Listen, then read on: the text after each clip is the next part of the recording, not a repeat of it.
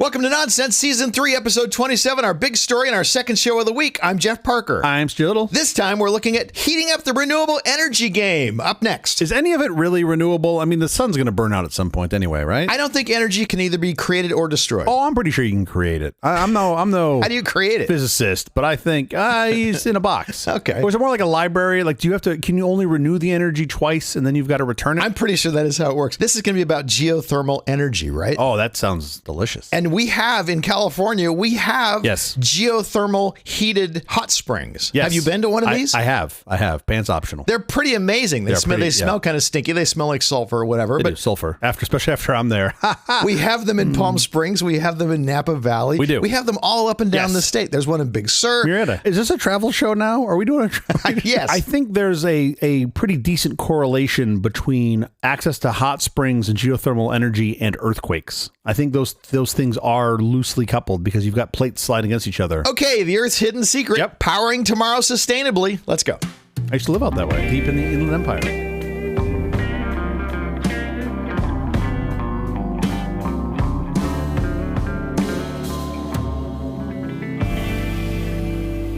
As the global energy landscape rapidly shifts towards sustainable solutions, geothermal energy is finally having its moment in the sun, or rather deep beneath the earth. Often overshadowed by flashier renewables like solar and wind, this consistent always-on power source is now gaining significant traction, particularly with recent breakthroughs in enhanced geothermal systems promising to unlock vast, previously inaccessible reserves and make this earth-fired power a cost-competitive cornerstone of our clean energy future by as early as 2027. Which is not far away. But I love that you describe this as not as flashy as solar and wind. Those big flashy things like solar and wind that you hear about all the time. Yeah, the Louis Vuitton solar panels that I'm putting up on my roof.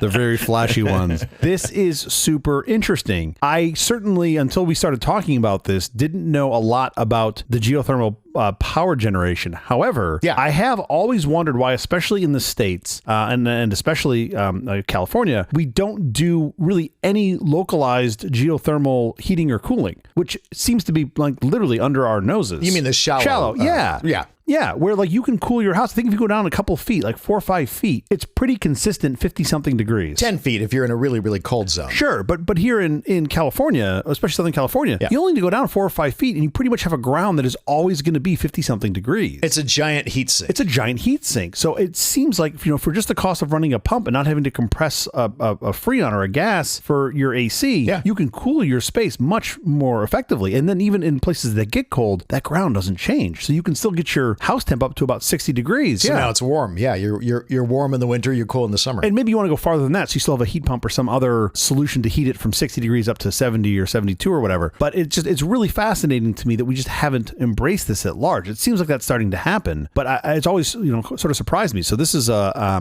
very interesting deeper dive in the fat version of that, right? Like power generation version of that. If you go down deeply enough, but the problem in going down deeply enough that you can, for most of the world, not Iceland, places like Iceland, they're already using geothermal energy. It's a wonderful source of energy the Earth is just giving you for free. But there are companies, there is in particular one company that is trying to optimize the way we drill these holes so that we can get down deep enough to actually access geothermal energy. And they think they're going to have this cost effective by 2027. The problem, what's slowing them down is they've got a whole bunch of Fraggles that are doing this, and the Fraggles have unionized. And that's slowing them down. It's just like, it's Fraggle Rock. They go straight, nothing. Sure. Okay, so this is extremely cool. Let's start though with what sort of global energy consumption looks like. I think it helps to know what sort of scale we're talking about here. Okay. As of 2022, we needed about 24,000 terawatt hours to power the planet. Right? So that's 24 petawatt hours of, I hate saying petawatt, but petawatt hours of energy, which as an aside is about 3 times the amount of power we consumed globally in 1981. That's kind of fascinating to me, right? That we're up 3x. That's the entire globe put together. We are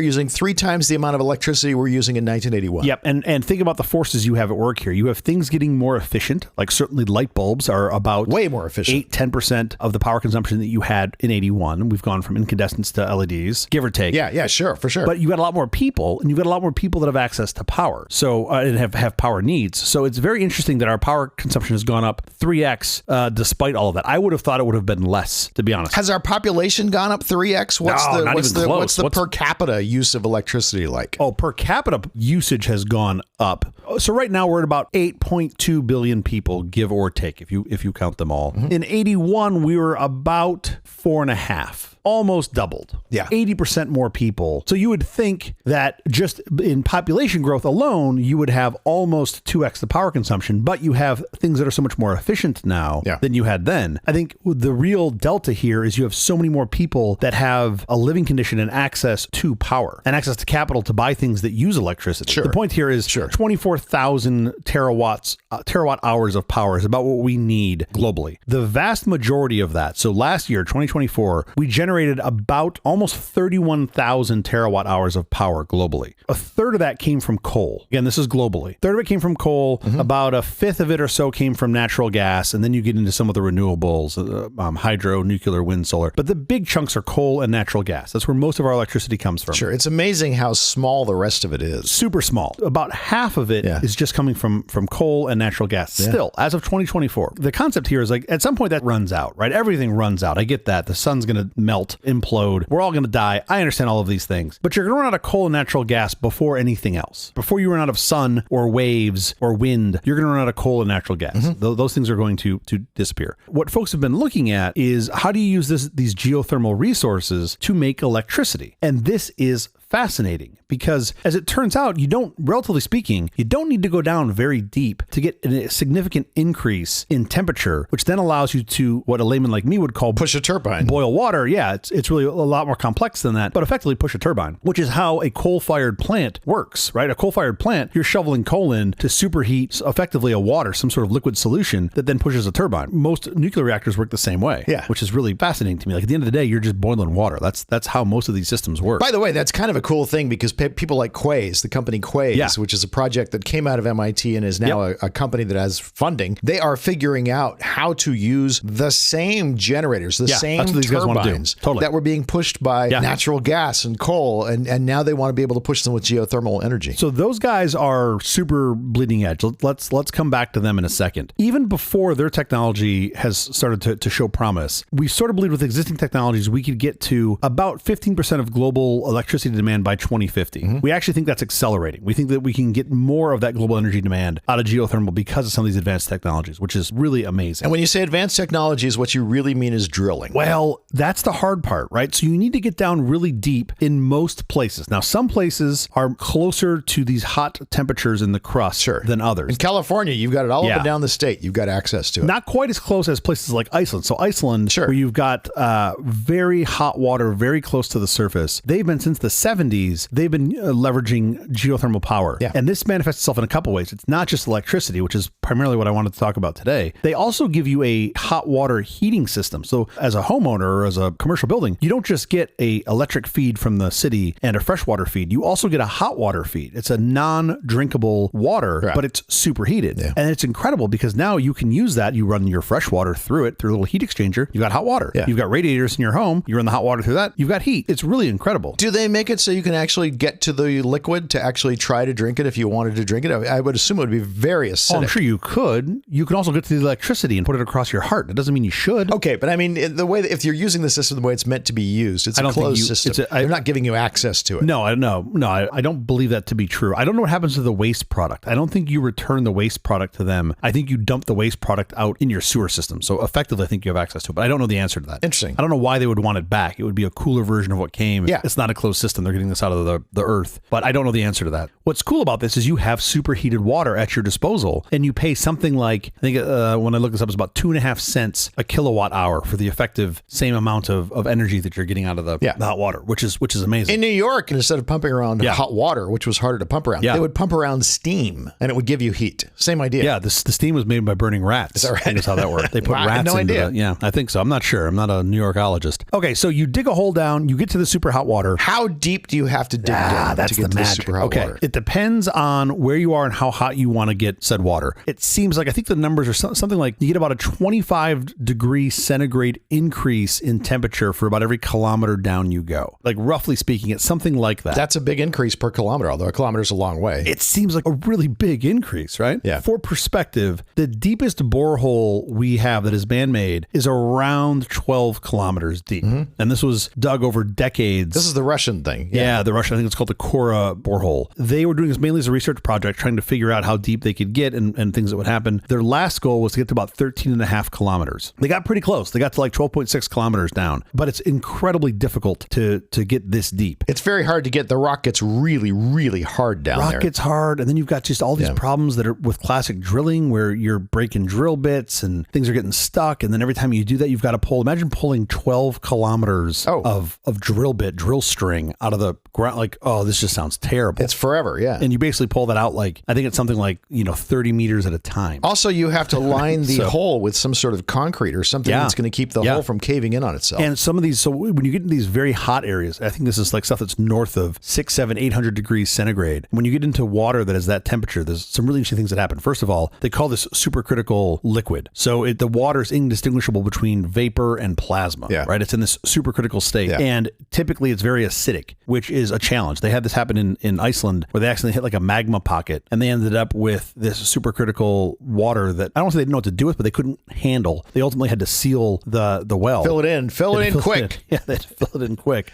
We've seen the movie. Yeah, exactly. We know there's the souls of Native Americans down there. Quick, plug it. This is where you put all the ghosts from Ghostbusters 1 through 4. And then I also wonder, like, okay, so you pour in the concrete to make the plug. What happens when that plug gets shot out, right? When there's enough pressure that builds shot up into the sky, and all of a sudden, like all you've done is constipated part of the earth in Iceland, and it's just a matter of time until it gets some fiber in its diet, and then it's all over. Also, the thing to note about geothermal versus the other renewable sources is the utilization rate is typically over 75%, and we think even going up beyond that. Explain that to me. What does that mean? Yeah, so this is incredible. This is how often you can get power out of it. So if you've got a wind farm, for example, it's only your wind farm might be rated at let's just make up a number and say 10 megawatts. It's only generating 10 megawatts when it's being utilized, right? When the wind is blowing. When the wind is full speed, yeah. When the wind isn't blowing, it's either making something less than 100% of its utilization. So it varies. You sort of draw a line through it. Typically, wind power, we think, if it's deployed well, is around 30%. Got it. Solar is typically around 15%, right? Because the sun's only up for part of the day. Yeah. And then it depends on where the sun is in the sky when you're getting maximum utilization of the PV cells. Sure. Geothermal, you're north of 75%, right? We actually think that's amazing. We might be closer to 80-85% utilization. And these things, they believe these plants can run for about 25 years before having to be overhauled. That's sort of where we think we're going to end up on these. That's incredible. So now you're not comparing apples to apples when you look at the generation of a plant, the total potential generation compared to a solar PV or wind power, because the utilization is going to be 5 or 6x, which is kind of bananas. Yeah. So we think on these geothermal power generation units, you're looking at about 45 grams of carbon dioxide per kilowatt hour of electricity. That is less than 5% of a conventional coal-fired plant. So I appreciate coal-fired plant, you're using the worst carbon dioxide generation, but that's the majority of them, right? Most of our power is coming from those kinds of plants. And these things are doing 5% of that in terms of carbon dioxide emissions. So I had mentioned earlier that we were sniffing around, okay, if we do this and we sort of drill these wells, we think we can probably be somewhere in the neighborhood of 15% of our energy needs by 2050. That was sort of where we were at as of, say, up until a couple of years ago and maybe 10, 15 years previous to that. We being the U.S. or the world? The world has been sort of looking at this problem. So now, then this is very recent. So this is a paper written in December of 24, so about 6 months ago or so. We think that we can probably get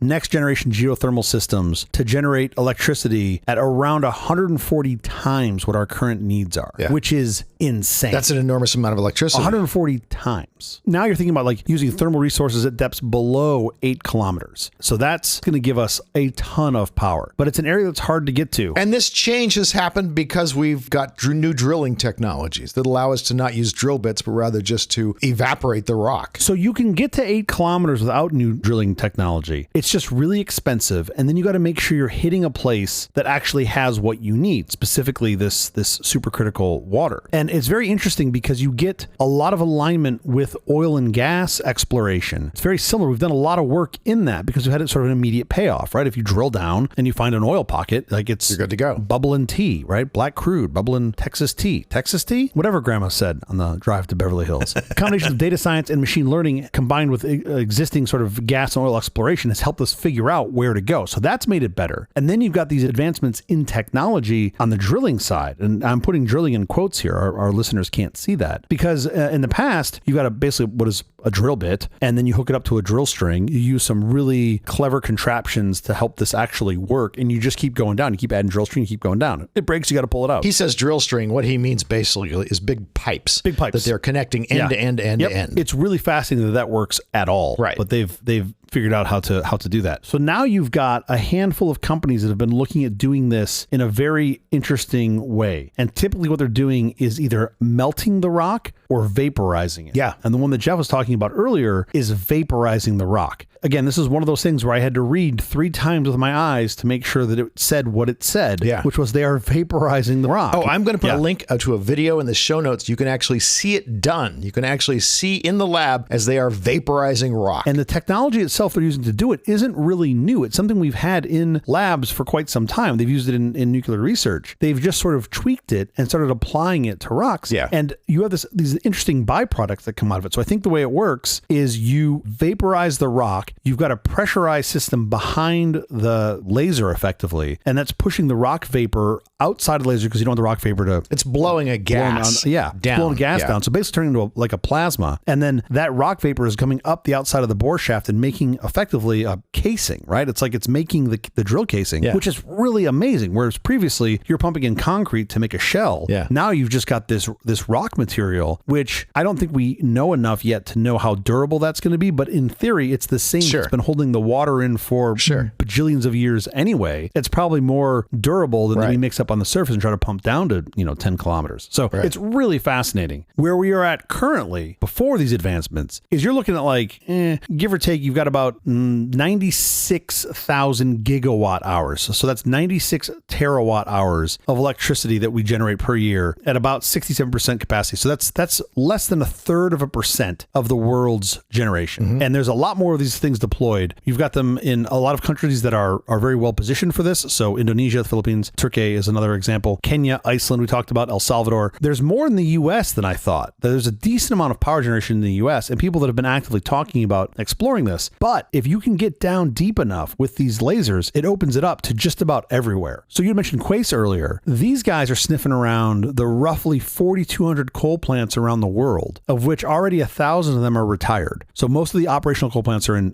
China. The US has about 750 plants, of which 200 are operating. So you got about 500 that are decommissioned in the US. But their belief is that they can reuse the gear. They can reuse the gear. You already have the infrastructure there. You've already got the grid that is powered by the plant. You've got these turbines in the plant, and their belief is that they can lever what's there to effectively bring power back on the grid through these geothermal wells. So these guys believe that they can go to these existing power plants and that they can replace 95 to 100% of the coal they use by just doing these geothermal fields. And it's really nuts. The depth they need to get on this, it's real, but it's not unfathomable, pardon the pun. They think if they can get down to 20 kilometers, they can access super hot temperatures in more than 90% of the locations across the globe. Yeah. And you've got think about these coal power plants. It's basically a dead asset, right? You're going to sell it for scrap at best. Yeah. And I don't even know if the cost of dismantling it would outweigh what you get for the scrap, but maybe at some point you would. But now you can bring these things back online. You just got to dig a really deep hole. A really deep hole. To do that, you have to have a drill bit that won't break, and that's what they've created. Or you just pull a page out of Val Kilmer's book and point the laser into the ground, like real genius, and just go all the way down. You vaporize the rock, Again, this is just the power generation side. I don't want to lose sight of the fact that you can do a lot without having to go this deep. And I'm kind of surprised that we don't see more of that, as I mentioned earlier. But this, now you're getting into this supercritical fluids, this supercritical water that will effectively allow you to run a coal-powered plant at what we think will be less greenhouse gas emission that you currently see. And more cost-effective once the hole is dug. We don't know for sure, but we think less capital intensive than deploying like a solar farm or a wind farm. Yeah. Especially when you get down to cost per generation unit over time. And also, like, so I love how we've titled this segment. It's been literally under our noses forever for all of mankind. You've got this giant ball that's emitting heat, and you just take off a little tiny bit of the heat, and as it turns out, we can power all the things that we do. There have been uses in ancient times of geothermal energy. In ancient times? Yeah, Romans and indigenous peoples in North America used hot springs for bathing and heating and cooking. Oh, I think you're talking about the 60s. Yeah, no, we're just using them a little bit more sophisticated way. Hippies would bathe in it, yeah. Oh, no, of course. I mean, once you can convert that into electricity, that's kind of amazing, right? You're no longer restricted to just like warming things up and bathing. Right. Now you can send electricity around the grid. The first one that I know of, the first modern geothermal power plant, was built in Laredo, Italy in 1904. Oh, wow. That was the first geothermal power plant? I believe so. And because they had simple, easy access. Now there's power plants in Iceland now too. You know, bunch of them. They exist all over. Right. But I love it. Some of the ones in Iceland, they'll have some of these that are cooled with like seawater, and they just raise the seawater to make it warm enough where they now have nearby land fish farms. They can now farm fish in Iceland that they otherwise couldn't because they wouldn't survive in the water temperature there. And I'm like, how awesome is that when your power plant's byproduct is used to grow fish with only the 2 eyes, not the 3 eyes like Blinky and the Simpsons,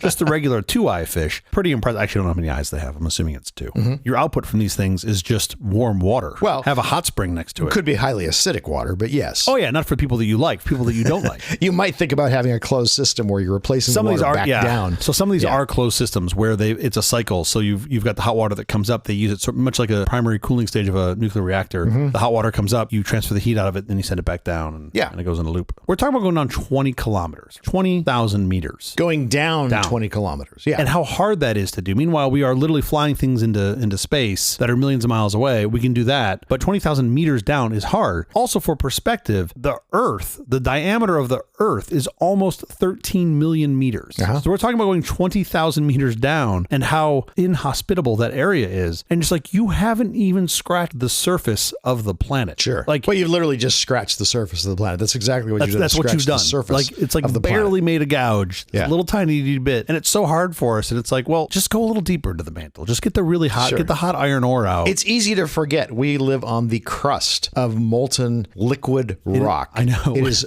tons of heat that is available to us. We just have to find a way to get to it. So you just got to get a little bit of that out. The people at Quays have really done a remarkable job of figuring out how to get us down there in a way that you don't have the problems of drill bits breaking and all those other sorts of limitations. They're just going to drop a laser in a hole. It's really incredible to me. Yeah. And it looks like, they're talking about doing, I think they've got tests scheduled for this year, out of lab tests, like in-field tests this year, which is going to be pretty incredible. Oh, they think they'll have it cost effective by 2027. That number was not pulled out of the air. That's really the number they think where they will have it being cost effective. That's amazing. So this could be an absolute game changer. The economics on this, they think, this is as of a couple years ago, they think that they can get in the neighborhood of $1,000 per meter and doing about 3.5 meters per hour. Wow. That's across the scale to get to about 20 kilometers. And roughly speaking, 500 degrees centigrade water. It's about a megawatt to activate this device which liquefies the rock. It takes an enormous amount of electricity. Yeah.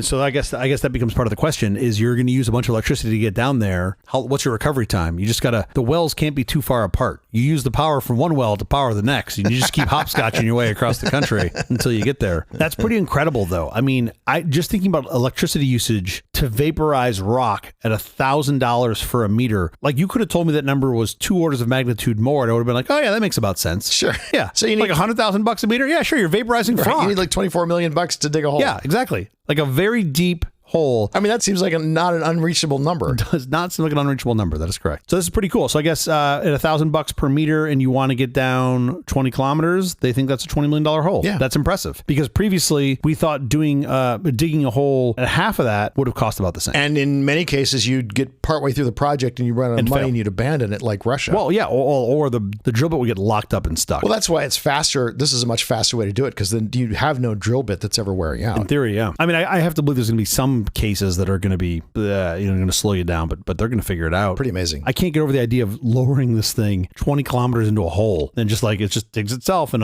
your output is rock vapor and it just sticks to the wall. Like, wait, what? And you got you're making rock vapor and you're digging down and all it takes is a ton of electricity and a ton of patience. There still has to be some extraction, right? Like if you think about the physical matter, I don't think the deposits from the vapor are going to be any more dense than the rock that you're melting, that you're vaporizing. Right. So you've got to suck some out. There's going to be some sort of extraction system. If it's no more dense when it adheres to the wall, then you still have some has to exit. You have to get some out. Yeah. Otherwise, you would just be digging a hole and closing it up behind you. And how do you move vaporized rock kilometers without cooling? So I don't know if they've got some sort of collection mechanism that it collects upon and they pull that out like basically a sacrificial anode, and they just collect it sort of like you're making, what's this stuff called? The rock candy? You're just making rock candy, basically. Literal rock candy. Oh my God. They should totally call it that. They're literally making rock candy. They should then sell it. Like you could own rock candy out of the borehole. But you couldn't eat it. All right, we have to get out of here, but quickly before we do, have you seen or read anything good this last week? Don't you tell me I can't eat it. If I want to eat the rock candy made out of the borehole, I'm going to eat the rock candy made out of the borehole. Whatever you like. Yeah, you're going to haze me for this, and I'm sure some percentage of our listeners are going to haze me for this. Mm-hmm. But I really liked the WWDC keynote video. Shock, surprise. From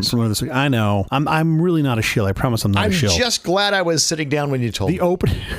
Okay, see, here it comes. The opening was great. They had Craig driving a F1 car on the roof of One Apple. They're promoting a film they have coming out, F1. Yeah. Promoting their film. Yeah, their film with the Brad Pitts. They had Tim Apple as the crew chief. There were some funny jokes in there if you're a Formula One or a car racing fan. My favorite was when Craig said he was in the lead and Tim was like, "You're the only one out there." Sure. It was great delivery. It was a lot of fun. There's been a lot of videos circulating this week of people poking fun at Apple's liquid glass design, calling it, Windows Vista. Sure. But my read on this, they are very funny. They're like, we saw this in Windows Vista 15 years ago. That's very funny. But my read on this is like, you can easily make this claim and say, but it's these little tiny itty bitty improvements and tweaks that I really think is part of the genius of Apple bringing this stuff to the masses and making it feel like it was always there, right? It's not even like this new thing. You wouldn't want them to make big jumps in like something like AI where you can have, conversations with Siri and it can do lots of things. I don't know, man. They're get a new skin. That's great. Their implementation of what they're showing with AI that I suspect is already going to be in the beta because we've already seen the precursor of a lot of this now that's live and not in beta. I think it's really going to be table stakes. I mean, they've got a ton of language expansion, which nobody I think gives them credit for. You're just like, oh, big deal. It's like, well, yeah, okay, but doing it in English, that's only one part of the audience. Like these guys have to think globally. That's true of everybody who has AI. Yeah, but not at the scale of Apple. It's amazing to me when you ask a question of AI and you get back the answer and all the words are in one language. I know, and not just like whatever the most efficient. That's really amazing. Yeah, totally. But it was trained on, mostly English. But there's a bunch of push into local AI. I think some of the tooling that they're implementing on this is going to be very helpful. I think it's going to be used, again, I think it's going to be table stakes. I think their local AI is going to be table stakes, and they're going to be the ones that bring it to just this sort of like expectation that you have. Tensor chips. Effectively, yeah. Google has tensor chips. They're doing local AI stuff all over the place now. Yeah, in the ecosystem? Yeah. Oh, okay. Tons of things happening on the phone now that's local. The phones that have the tensor chips. Pretty cool. Is this going to be a Apple Google thing? Is this what we're going to do? Let's do this. You said local AI was going to be table stakes, and Apple was the one who was going to bring that expectation. Let's keep doing I'm this. just It'll saying Google already has it. It's a really cool thing. It will be great when the iPhone gets it. It's very cool. I will go on record as saying here that you'll have more people using it. Well, sure, there are more Apple users. In an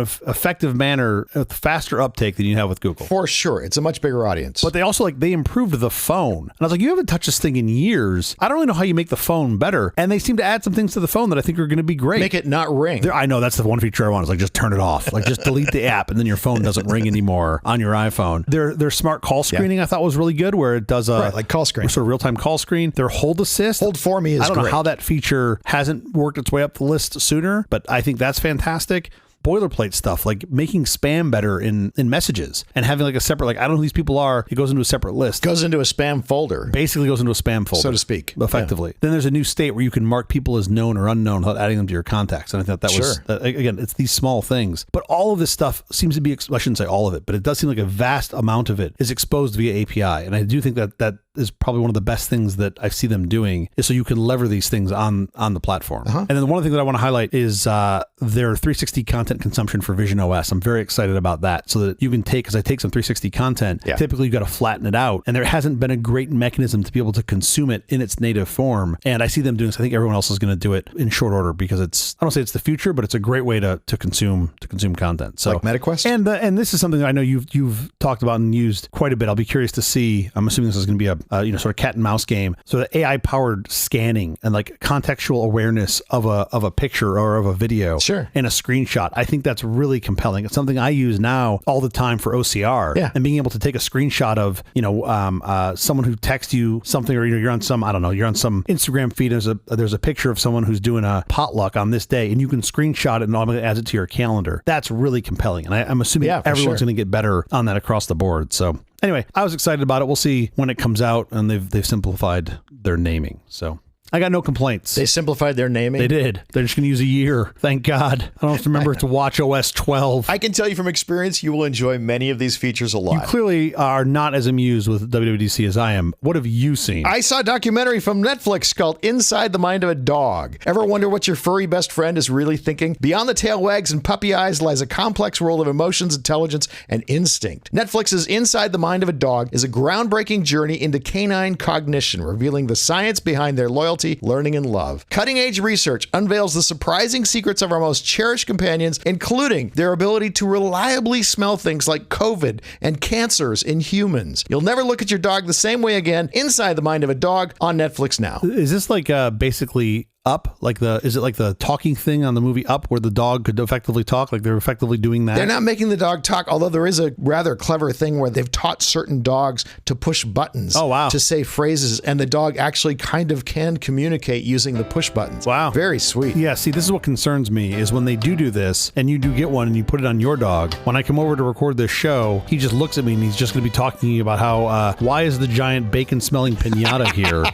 And why aren't you hitting it? Break him open. Break him open, exactly. Like when Barkley's bringing you a baseball bat in his mouth, you're going to know why. Sure. Yeah, that's my biggest concern. But that is the episode. Thank you for joining us for all this nonsense, a truly terrible podcast from our awful company. Visit us on the web at nonsense.productions. I'm Stu Little. I'm Jeff Parker. If you like this program, please follow, download, subscribe, and like at Apple Podcasts, YouTube Music, Amazon Music, AntennaPod, iHeartRadio, Spotify, my favorite Overcast, wherever you may get your podcast from. This episode of Nonsense is brought to you by Magma, the Earth's original power. Industrial strength heat just below your feet. Future-proof, unshakably stable, and naturally abundant. That's Magma. You're really afraid of the crust people? You don't want them coming up? Pretend they don't exist. Just pretend they're not here watching us. We'll be here every Tuesday and Thursday morning for more nonsense. Please join us.